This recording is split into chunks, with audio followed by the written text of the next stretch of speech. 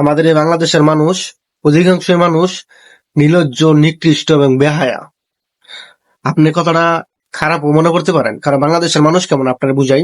আজ যদি একটা গাড়ির অ্যাক্সিডেন্ট হয়, একটা গাড়ির অ্যাক্সিডেন্ট হওয়ার পর মানুষ যদি পড়ে থাকে নিচে, তাহলে মানুষটাকে ধরবে না, আগে মানুষটাকে বাঁচাবে না। সে কি করবে, আগে ফোনটা বের করবে, বের করে তারপর ভিডিও করবে।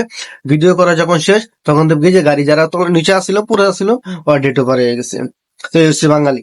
বাংলাদেশে মনে করি এই যে রাসেল ভাইপার সাপ আছে না, ওইসব আইতে ভয় পায় বাংলাদেশে। কেন জানেন? কারণ রাসেল ভাইপার যে একটা মানুষকে দংশন করে যে মানুষকে মেরে ফেলবে, বিষয়টা এরকম না। মানে মানুষ আসলে রাসেল ভাইপারে আসলে ভয় পায় না। ভয় পায় কারে জানেন? রাসেল ভাইপার নিজে ভয় পায় বাংলাদেশের মানুষে। ঠিক আছে? কারণ কোন সময় আতঙ্কে থাকে, যে কোন সময় আমার না জানি কি করে লাইব।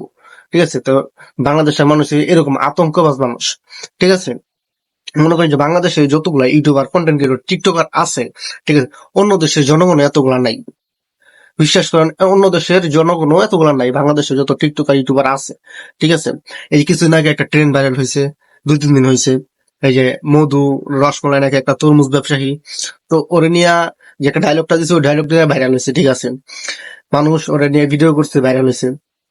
এখন উনি যে ওনার যে ভাইরাল করছে, আসলে ওনার ভাইরাল করে উপকার করছে, কিন্তু ওনার যে ব্যবসা, ওই ব্যবসাটা কমাইরে দিছে। ঠিক আছে? ব্যবসা ডাউন হয়ে গেছে। কেমনে? এই যে এতগুলা মানুষ, ওই ওই যে লোকটার কাছে যাওয়ার কোনো দরকার আছে? এত মানুষ যাওয়ার কোনো দরকার আছে? দরকার নাই। কন্টেন্ট ক্রিয়েটররা যে এইভাবে যে ওনার উপরে যে লাফায় পড়তেছে, আসলে এত কিছু করার তো কোনো দরকার নাই। ঠিক আছে? ওনার ব্যবসা লাল বাতি জ্বলে গেছে, ওনারা তো মানুষ চিনছে। ঠিক আছে? কারণ ওনার ব্যবসায় কিন্তু লাল বাতি।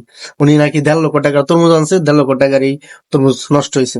তো এই যে মানুষগুলা গিয়ে আছে ওনার উপরে ঝাঁপায় পড়তেছে, ভিডিও করতেছে, এই করতেছে, সেই করতেছে, তো উপকারটা কার হইতেছে? ওই লোকটা তো উপকার হইতেছে না। ওই লোকটা তো মনে করেন যে কিছুই হইতেছে না।